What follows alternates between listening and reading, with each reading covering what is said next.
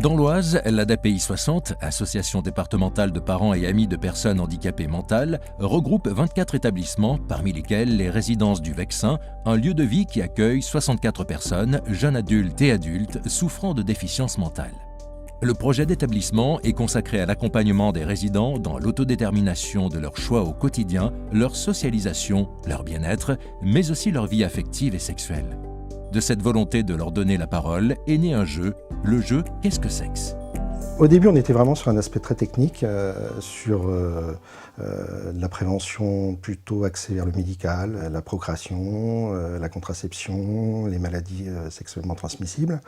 Et on a très vite compris qu'il y avait, au-delà de l'aspect technique, un besoin d'échanger sur un sujet encore bien tabou.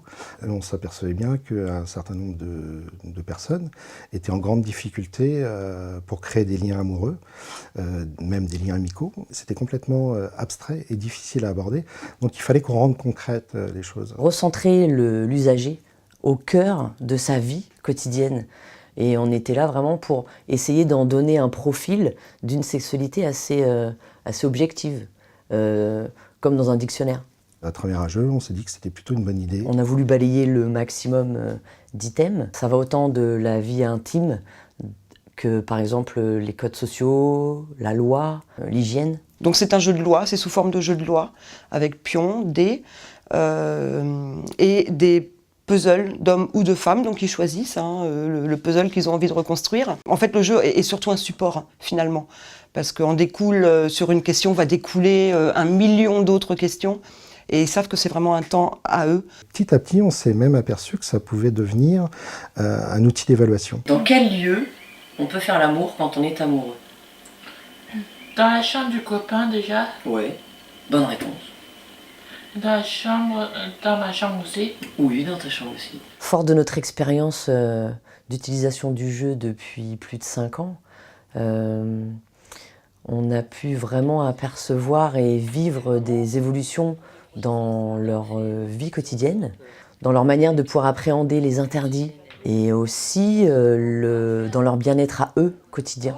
Et j'espère que tous les établissements pourront utiliser ce jeu parce que c'est vraiment un support vraiment formidable. Ça les libère au niveau de la parole, aussi bien nos petits jeunes qui arrivent et autant des personnes plus âgées pour qui des questions qui ne se posaient pas forcément. Pour eux, c'est important qu'on puisse avoir cet outil de travail. Parce que ça nous ouvre, moi je dis des portes pour nous, mais ça ouvre 1000 portes. Est-ce que tu es content que ce jeu existe ici? Oui, il est content ici. Oui? Trop content. Tu en as déjà parlé en famille de ce jeu? Oui, et famille et palais, c'est bien. Donc t'aimes bien ce jeu? Oui, bien, trop bien. Ça te rend... La philosophie, c'est surtout donner le même droit des personnes handicapées que tout à chacun. C'est ça aussi l'accès à une vie citoyenne, c'est aussi avoir le droit de choisir sa vie affective et sexuelle. Je me sens épanouie quand je découvre de nouvelles choses dans ma vie. Ça fait 3 ans que je suis ici et je suis tellement heureuse de faire ce jeu-là. Je suis déjà plus sereine dans ma peau depuis que j'ai découvert ce jeu. C'est génial. Profiter un maximum de ce jeu. Et puis tout simplement gagner. Bravo. Bravo ma belle.